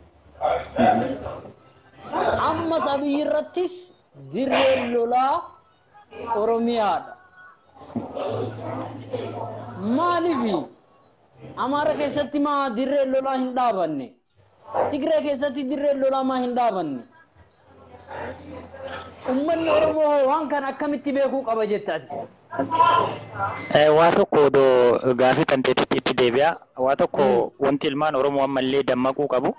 Har'a yookaan kaleessa Habashaan Washington DC keessatti gara nama 300tiin wal ijaaranii namni 300 aeroopileenii tokko guutuu gara biyyaa galuudhaaf qophaa'anii jiranii jechuudha. Jarri kunneen warroota saayibar irratti gisee nuti falmannee biyyattii kana fayyisuudhaaf yookaan yeroo keenya dalagaa keenya dhiifnee guyyaa gargarii irra falmannee iyyinee yeroo innanyi timbigaalloች agar laafarsuno innanyi gaalloች duሮም አይሆኑም ከውሃው ነው ፈለቁት bishaan keessaa dhufanii innanyi gaalloች jedhanii yeroo nu arrabsan irratti ummata kanneen galuu edanii gara biyyaa qeerroon biyyaallee ija takkaan laaluun dirqamata. Warroonni ofiidoollee warroonni baalasilxaanuun illee achi keessa jiran ija takkaan laaluun dirqamata. Jarri kunniin warroota duraan saba keenya lafarraa duguugaa turan Mangistuu Hayilamaariyaam fa'aa wajjin akka Jeneraal Taaddasaa Birruudhaaf fannisan fa'aatu galaa jira jechuudha. Warroonni saappaa keessa hojjetan warroonni akkasumas ilmaan Oromoodhaaf fannisanii ajjeesanii ilmaan Oromoo jeneraalota baay'ee rashanantu gara biyyaa galaa jira jechuudha. Dhaamsa kana qeerroon biyya keessa jirtan yookaan baalasilxaawwan yookaan hooggantoonni olaanaadha. Akka Lammaa Magarsaa fa'aa jarri kunniin yeroo galu biyya ofiitti galaa jiranii biyya keenya irratti galaa jiran malee yookaan Gondar Goojjam yookaan biyya biraa dhaqaa hin jiran biyyuma teenya san irratti akkuma amma Tireefati jette biyya keenya irratti maaliidhaaf duulli banamaa Amaarri nagaa qaba, Tigraay nagaa qaba, Dabuub nagaa qaba. Biyya keenya irratti maaliidhaaf lola labsan ka jette irra yoo deebi'oo taate duraan dursee Israa'elii fi Filisxeem yeroo fudhatte Filisxeem amma humna hin qabdu Israa'el akka barbaaddetti taphatti dhukkee irraa kaafte jechuudha. Saba keenya uummata Oromoodha haga danda'ani amantaadhaan gargar baasanii bibittinneessu ati Musliima, ati Kiristaana, ati Ortodoksii maal jedhanii saba keenya walitti naqaniiti addaan babaasu deebi'anii akkuma Filisxeem isa mataa keessa gannuudhaaniiti lafa keenya nurraa fudhatanii saba keenya karaa ta'een xiqqeessu waan kana irratti murteeffatanii ka'anii jechuudha. Amma immoo deebi'anii maaliif lolli hin jiru ka jette bakkatti sanitti illee ufa deebi'oo taate duraan dursee Habashaan biyya ofii guddifataa jirti.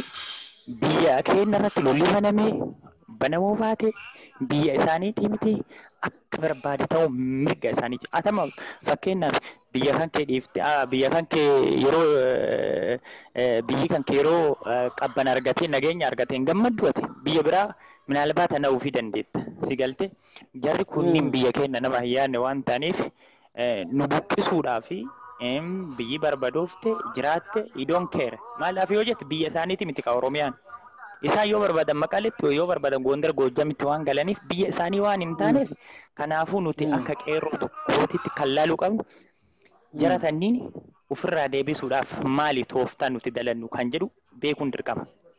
Tokkoffaadha meeni fixadha qofa tokkoffaadha yeroo masaraa mootummaa keessa hojjettan nama kan kee dura aansu isaan lafa dhoggachuu gara cinaatiin yoo danda'ani xiqqootti darbu nama keenya magaalaa keessatti tuulu nama keenya harka lafa jalaatiin hidhachiisu sabboonummaan itti kufuu ilkaan itti addeessu waan badaa dubbachuu dhiisanii waan gaariidhaati nama gaariidha jedhanii hidda jalarraan lafarraa xiqqeessuu jara kanneen hidda lafaa irraan dhukkee irraa kaasuu nama keenya harka lafa jalaatiin hidhachiisuu qawwee hidhachiisuu maalaaf amma lammaa magarsaadhaa yoo uummanni Oromoodhaa humna qabaate lammaan magarsaa illee humna qabaachuu danda'a. Lammaan magarsaa keessattuu Itoophiyaa Fuseenech ka jedhu tana ofirraa gadi hambiseeti. Inni illee maal tooftaa akkamiif akka jedhe ni beekna. Maaliif Itoophiyaa jaallatee amma nu barbaachisti. Ammatti maqaa kana deemuun nu barbaachisti. Suuseen tuni. Nu barbaachisti. Innaa suusee tanallee lammaan magarsaadhaa oduma suusee jedhu saba ofii humna akka godhan harka lafa jalaatiin hidhachiisu faxnoo Oromiyaadhaa hidhachiisu faxnoo Oromiyaadhaa itti leenjisuu humna makalaakaa keessatti wal quba qabaachuu wal ijaaruu humna yoo qabatan saniin booda biyyattii teenyas harkaan sirriitti qabanneeti habashaa irra dhawuu dandeenya sin jedha. Fitadhe. Fayyaa ta'e kun kama itti fufuu ta'a. Dhimmi kun dhimma ijoodhaa wanta ijoorratti dubbattee ani waa takka warra amma biyyarraa galaa jiru. Warri kun kaleessa maaliif biyya hin galin nu hundaafuu ifa. Uummanni Amaaraadhaa ka gara naannurra duulaa jiran kun ka gara naan ammoo ni dammaramna jedhanii deeman kun har'a biyya galuun rakkoo miti haa galanii. Maaliif galan biyyatu nagaya ta'eef galan. Garuu bakki itti isaan galan biyya isaaniitti. Bakki isaan itti wal simatan biyya isaaniitti. Osoo Oromiyaa keessan ta'in kenna nama kenna. Gondar irratti hin kasimatame. Bahardar irratti miti. Gojjam Maqalee irratti miti. Oromiyaa bakka inni itti dhalate. Bakka inni itti dhalate, kan inni itti guddate, saba isaa keessatti ka simatame. Biyyi dimokiraasiidha. Dimokiraasiin ka kaleessas Oromoon qabsaawaa fi ture. Ka har'as Ameerikaan dimokiraasii faarsitu, ka dimokiraasiin irraa facaafamtu jedhamtu. Gadaan Ameerikaadhaa 53 moo 54 irra jirti Tiraam wajjin. Gadaan bokkuun Oromoodhaa. Gadaan Oromoodhaa 78 olri. Hammam akka dursinu ilaali. Nuti Freedom Democracy NUUF aadaa seenaa kennan ka wal qabatee ijaaramedha waan har'a guyyaa keessaa barannuu miti. Isaan nama gubuudhaan warra boonaa ture nama ajjeesuudhaan warra dhaadachaa ture warra seenaa hin qabne ka hundi isaanii walirra hin jirre yeroo dheerarraa biyya bulchaa turan. Eeldiraa namni qurxa isaanii Jabuutii madaba biyyattiin qabdu namni gurgura isaanii Haile Sillaaseedha. Berbera yeroo Minilik bar gurbaa yeroo Minilik Gibxi bar Itoophiyaa turte Yaman Itoophiyaa turte bar nama yeroo addunyaan ollaan kenna Suudaanin keenyan guddinna biyyattiin samitti ol dabarte isaan warra daabboo fi nama fixuu jala asii fi Jimma naannawaa ture Shawaa keessa naannawaa warra ture warra aanan guuraa ture kana hojiin isaanii ammallee haa galanii biyyi isaan ammoo itti galan biyya isaanii ta'uu beekamaadha. Osoo Oromiyaatti hin ta'in mana qabaachuu danda'an waa tokko jira.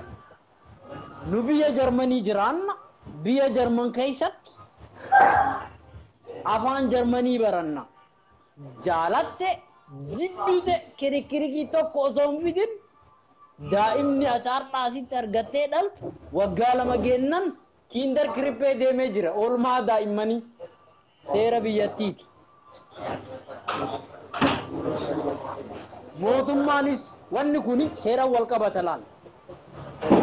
Firiidamiidha waan seerri tokko guutuu danda'u. Ummanni isaanii warri Atsee Hayilasillaasee, Atsee Minilik, Atsee Dargii, Atsee isaan lakkaawaa turan. Ummata mataan yaadu osoo hin ta'in ummata garaa yaadu Absiiniyaa irraa qabanii maqaa Itoophiyaa kanarraa qabanii Habasha irraa qabanii maqaa kana jijjiiraa alaabaa jijjiiraa har'aas gayan. Kopheet akka jijjiiramni biyya sana keessa dhufetti ummanni isaanii ummata osoo tokko hin baratin maqaa biyyaa jijjiiraa ture, alaabaa jijjiiraa ture, mallas mataan isaa alaabaa jijjiire. Kakalee isaa alaabaa jijjiire. Beeyte? Dr. Abiy abbaa jijjiirama jabaadha. Abbaa seenaa jabaadha. Waan isaan amata 120tti hin dalagin baatii 3 keessa dalage. Waan atsee isaanii jalarraa haga gubbat harka walitti dabalanii san hin dalagin dalage. Baatii 9 tana keessatti. Kanaafiyyuu maqaa biyyattiisanii alaabaa biyyattiisanii jijjiiruudhaaf mirga qaba. Akkamiin jijjiira gaafiidha. Referendamiin irratti haa godhamu.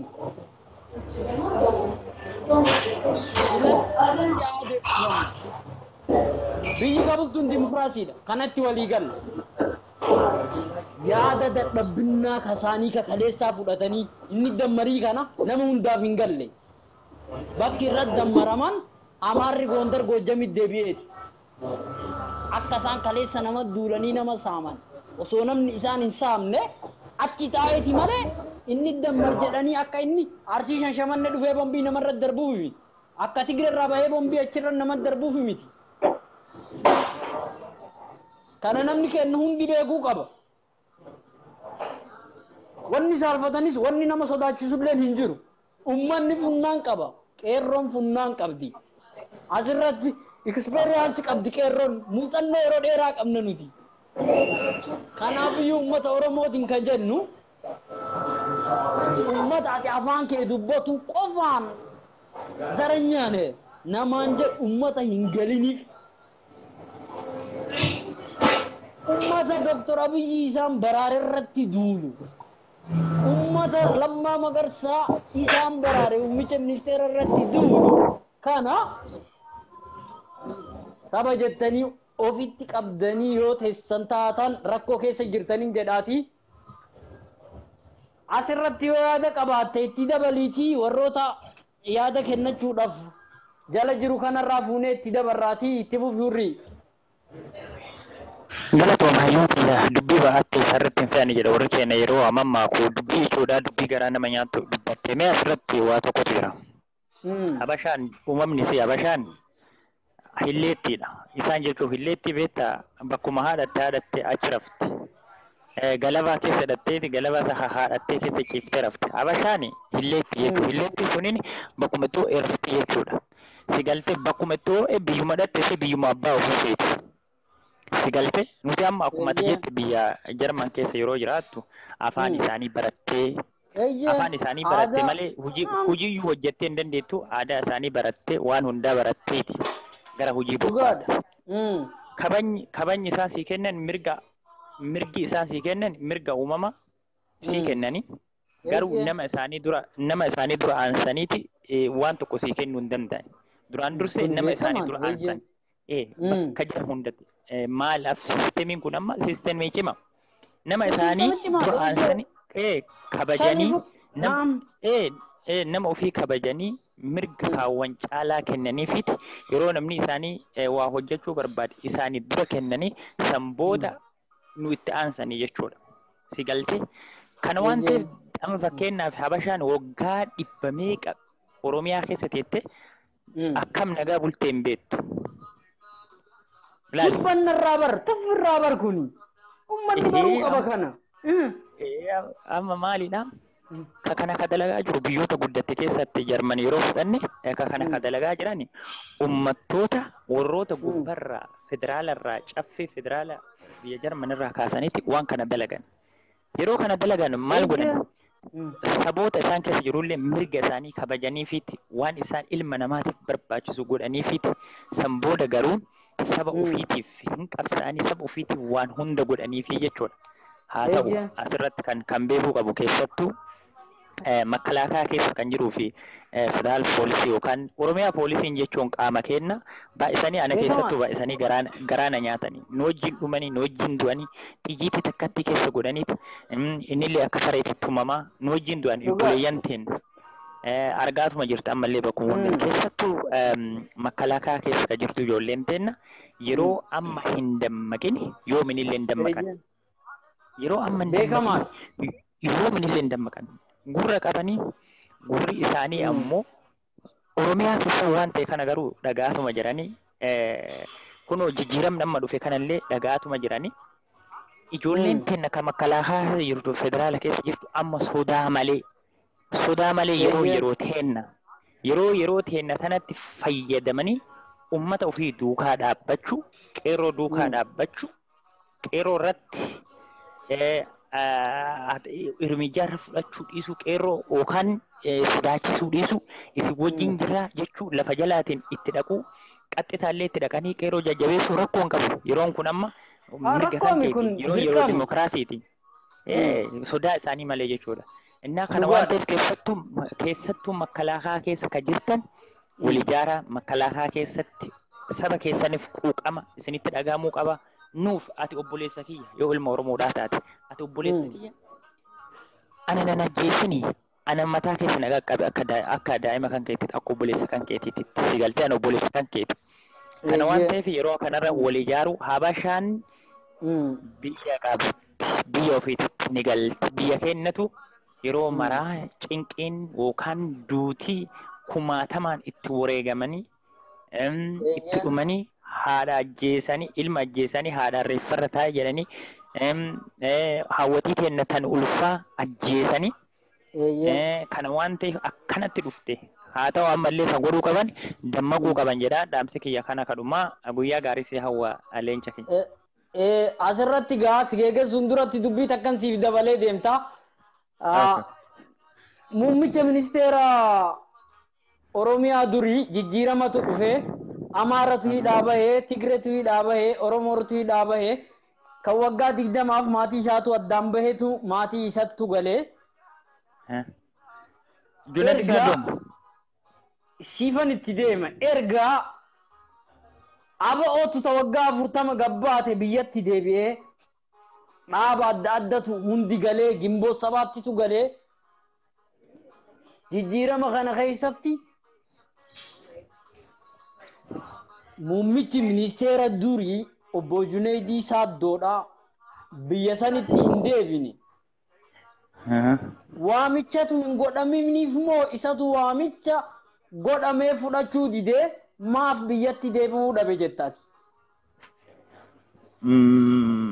Hayyee galatoomi akka yaada kiyyaatitti yoo ta'e Junaydii Saaddoo guyyaa minisootaa dhufanii Abiyyi fa'aa wajjin wajjin dubbatanii lammaa Magarsaa fa'aallee wajjin dubbatanii Junaydii Saaddoollee ni galaa gara biyya kiyyaa jedhee waan hundaayyuu fixee jira. Amma gara biyyaa galuudhaaf qophii xumurate kan jedhu gurrarra na baatee jirti. Ni galaa biyya isaati eessa dhaqaa?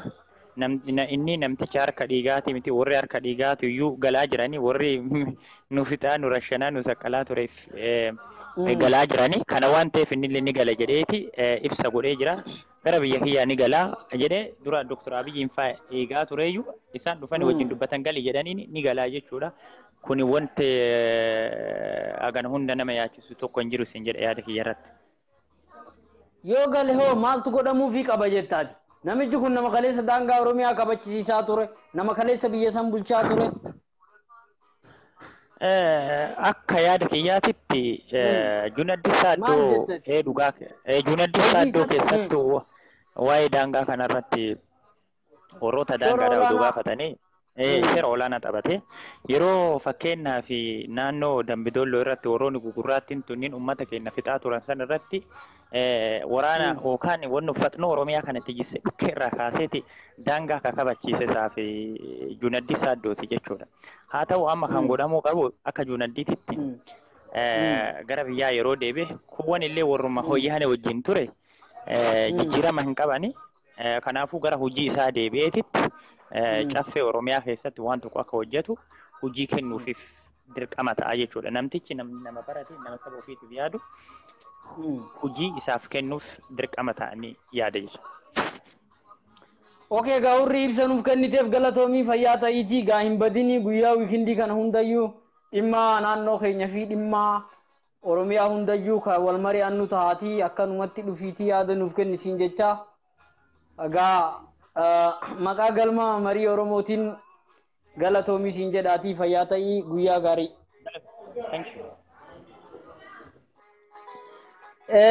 Duuba ilmaan Oromoodha. Poolitikaan feekin jijjiiraman fidu gaaga'ama fida malee. Maaliif yeroo jalqaba muummichi ministeeraa gara aangootti ol dhufe akka girrigirri laleebaa himmachaal jedhanitti hundi isaanii bade nama tokko hin argine Fuad Baalee Gobbaa. Okay, siifan kennaa yoo warri yaada kennuu barbaadan as jalatti barreessa. Haasoyni warra faashisti jedhuu fi warri ardha gaaga'ama biyya san keessatti wal falmisiisaa fidaa jiru karaa miidiyaatiif karaa adda addaatiin fidaa jiru kun hundi isaanii bade yeroo inni dammar jedhamee girrigirriin dhufe kana keessatti ammoo asbahanii iyyuu mirga ka ofiiti miti mirga namaa sarburratti deemaa jiran. Nagaya biyya sanii keessatti rakkoo buusaa jiran. Lola labsaa jiran karaa miidiyaatiin. Namni keenya kana baruu qaba. Afaan qofaani miti. Nuti ardhallee yoo qaqqabannee ka biyya bulchinu ka hugna jijjiirama biyya kana abbaa jijjiirama kanaa taane afaan keenya qaqqabne nama keenya gadi qabnu yoo taane adagaa keessa jirtan warroonni aangoo kursii qabatanii irra teessan kursiin taqeerroo waan taateef.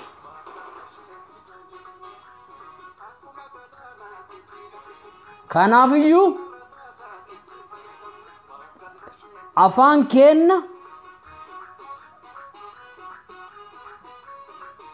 afaan hojii haa ta'u seenan biyya sanii jijjiiramuu qabdi. Maqaan kaleessa atseen jijjiiraa ture maqaa kaleessa mallas jijjiire maqaa kaleessa dargiin jijjiiraa ture suni jijjiiramuu qaba. Doktoraan sababni hin jijjiiramneef hin jiru. Barnootatis yoo ta'e sadarkaa inni jiru wajjin argaa jirra.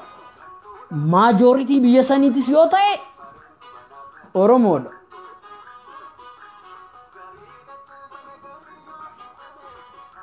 Alaabaan atseedhaa alaabaan kaleessa isaan nama ittiin fixaa turan jijjiiramuu qaba. Because harmatu murame. Sidaama harmatu murame. Somaalee Oromoo harmatu murame. Harkatu murame. Alaabaa sanbaataa. Qaama ammas dhimma kan hordofutu jira. Qaama ammas nama ajjeesuu kaleessaa saniin boonutu jira.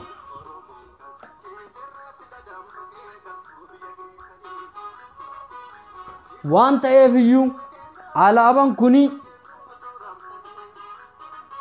ingenne yeroo isaa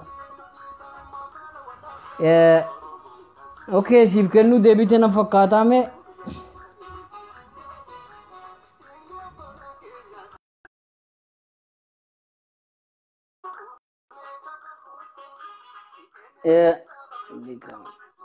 Awoo siif kennee jira mee?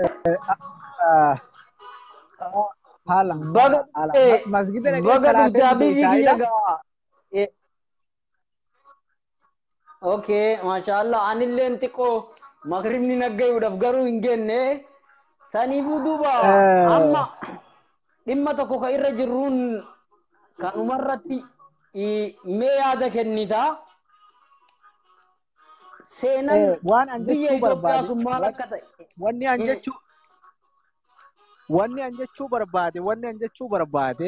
jechuu barbaade kaniin silaalii biyyuu bahee itti waraabu ka hatattamatti irratti hojjetamuu qabu maal si fakkaate ni beektaa?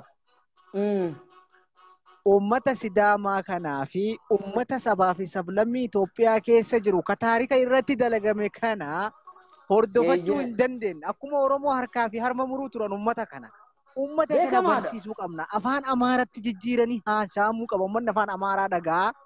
Waa'ee Oromoo bicharraa haasa'uu osoo hin taane akka nama isaanii dhukkubnee taanee haasa'uu qabna. Akka isaan Oromoo duukaa hiriiran godhuu qabanii. Afaan Amaaratiin amma liibii yeroo waraaban.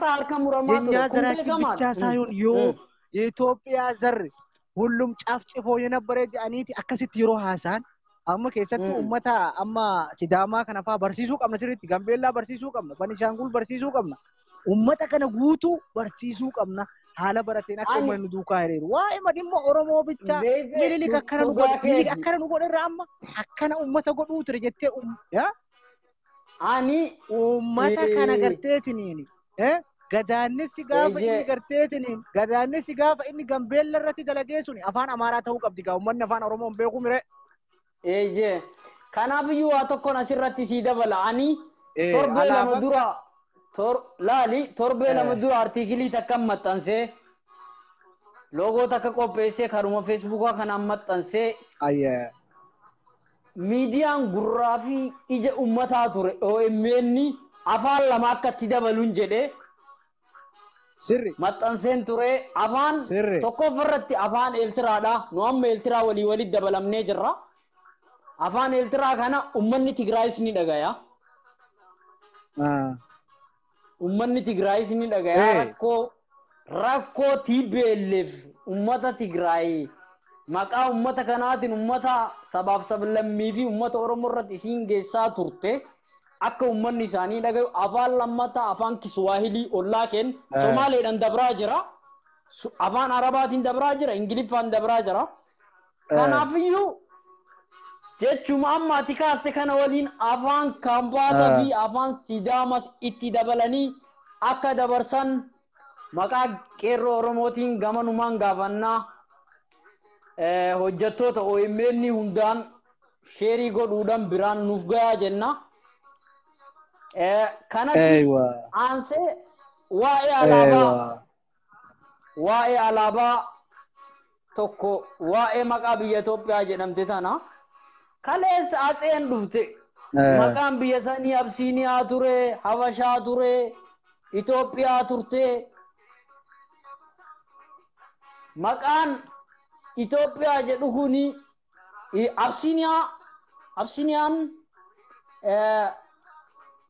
Absiiniyaan Itoophiyaa jechuun afaan Giriikiti. Absiiniyaan tokko Giriikidha tokko Gi'iizidha. Absiiniyaa jechuun Itoophiyaa jechuun Habashaa jechuun afaan kana sadiinittuu afaan gurraacha jechuudha. Laali atsee isaaniiti warri waan kana hunda jijjiiraa ture. Uummata sitti dhufee natti fakkaata. Uummata atsee hin baratin. Yaa aboo Arabaan na yaamee mallee yaa aboo silaa sirriitti haasofna jedhe. Fayyaa ta'ii nageetti itti fufaa nageetti waan rakkoon qabu. Hojiirra waan ta'eef iyyuu dhiifamaa obboleessi keenya gaa osoo hojii isarra jiru dhimmi kun na ilaala jedhee itti fufna nuti marii teenna. ummata atseelen biyya kana hunda maqaa jijjiiraa turte nu qaamni maqaa kana jijjiiruu nu dhoorgu tokko nu dura dhaabatu jiraachuun danda'u hin jirus kana ummanni keenya beekuu qaba jijjiiruudhaaf humna qabna jijjiiruudhaaf beekumsa qabna jijjiiruudhaaf seeraattis ta'ee giddiinis ta'ee tolaanis ta'ee jijjiiruudhaaf karaan banaadha yoom jijjiiruu dandeenya yoo akka gizee kaleessa ginciin dhokkaasa kaafte ginciin fincila kaafte harargeen iyyee yeroo harargeen dhahame baalee natu dhahame jedhee ka'e yeroo baalee dhahame jimma natu dhahama jedhee ka'e yeroo jimma kaate amboon na dhahan jedhee ka'etti akka kaleessa sanitti kaane taanan nutiin kaleessa osoo xiyyiitii hin qabne nutiin kaleessa osoo harka qullaa deemnu sinqii hin qabne ummata likkii isin galchina jedhu likkii isaanii galchine ardha ka humna qabnu kanamni keenya iddoo adda addaa qabatee jiru ka olaantummaan biyya sanii abbaan nuyi jijjiiruudhaaf guyyaa takka nutti hin fudhatu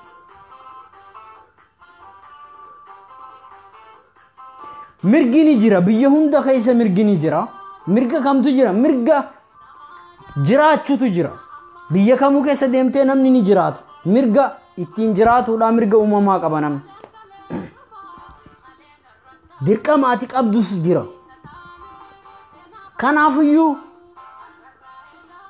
karaa firiidama karaa jijjiiramaatiin maqaa biyya sanii takka alaabaa biyya sanii lama seenota biyya sanii irratti seerri kun kaayamuu qaba riferendamiin godhamuu qaba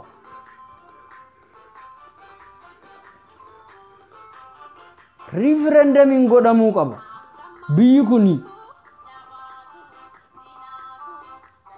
warra atsee dhiisa atseen nama hambisne ni fixxee karraa booda mallas akkas xuuxe istirateejii dargiin baase istirateejii Haile Sillaaseen baase babal'isee itti fayyadamaa ture aboo jechuu kana dargiin bar kanarra namaan fixe mallassanuma bal'isee bar aboodha taabbeellaatti maxxansanii nama fixaa turan oromoo qofaam sidaama fixaa turan kambaataa somaalee fixaa turan kana waan ta'eefiyyuu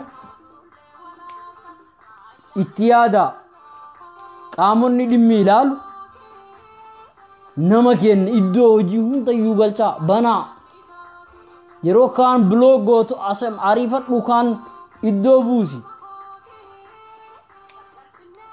gizoo kaan biloog gootu kaan asabti godhe namni keenya osoo yeroo ittiin kennine iddoo haa qabatu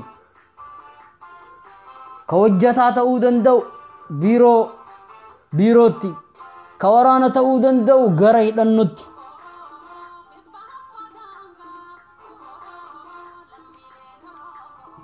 Tigreen ummata dulloota isaan har'a xiyyiitii itti fa'anii nama ajjeesaa jedhanii deeman laala dullattii qoshaa dullattii bu'aa hin qabne itti fayyadamaa jirti nama keenya dargaggeessa yaadu kana ammoo nuti itti fayyadamuu dhabuun qaanyiidha lammiin keenya baqatu sas ni beekna biyya keessatti dararamaa jira ollaa biyya teennattis dararamaa jira kana mootummaan kaleessa ummata kanaan afaan wal nu kaayaa ture TPLF ollaa keenya hunda walitti nu naquudhaan rakkoo inni kaleessa dalagee naannigni inni kaleessa dhaabee deemin arda ummanni keenya itti miidhamaa jira Jabuutii keessatti namni dhumaa jira Suudii keessatti Dubaay keessatti namni keenya dhumaa jira maqaa Itoophiyaatiin kanaafiyyuu mootummaan muummichi ministeeraa Dr. Abiy Ahmed waan kana irratti dalaguu barbaachisa. Awurooppaa keessatti nama keenya hagam akka gubaa jiran waliin argaa jiran. Gubuun kun nurra haa dhaabbatu. Ummanni ammoo jala ka'a. Responsibility biyya sanii fudhadhaa. Xiqqaa guddaan kana poolisii jette nama yakka dalagu bira hin dhaabatin abbaa keellee yoo ta'e. Nama biyya san diiguudhaaf socho'u maatii kee yoo ta'e hin deeggarin. Maaliif ija itti banataa jirra? Hireen nuti amma arganne tana gadhiisuu hin qabnu, irra du'uu qabnu. Tuni nu harkaa baate taanaan kaleessa warra komataa turre ni beeytan, hardhasiin harkaa baate taanaan ammoo warra hardha asirraa hori'ee biyyatti jijjiirama finnee jedhee galu kana hundasaa Awurooppaa miti Ameerikaa takka isaan hin deebine qeerroo tasiira. Warra jijjiirama san gartee warra biyya san gadhaabna jedhee deebi. Gaafa isaan jijjiirama san gadi dhaabuu dadhabanii ummata kana gaaga'uu fi wanta hin taaneef isaan deeman ta'e rakkootu isaan qunnama. Asis yoo ta'e biyya keessallee yoo ta'e. Sheenofnee hafna. Ummata hagaafee ficcisiifna.